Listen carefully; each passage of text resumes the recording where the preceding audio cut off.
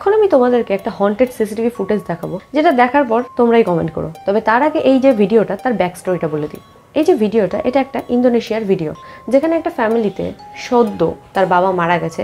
তো বাড়িতে এখন তার স্ত্রী আর তার একটা ছোট বাচ্চা ছেলে থাকে। তো দুজনের এখন সংসার চালানোটাই খুব প্রবলেমেটিক হয়ে গেছে, কারণ তার বাবাই একমাত্র আর্নিং মেম্বার ছিল। তো বাড়ির অবস্থা এখন বেশ খারাপ। কিন্তু ওর বাবা মারা যাওয়ার কিছুদিন আগেই ওদের বাড়িতে একটা সিসিটিভি বসিয়ে গেছিলো সিকিউরিটি পারপাসেই, আর সেই সিসিটিভি থেকেই এই ভিডিওটা পাওয়া গেছে।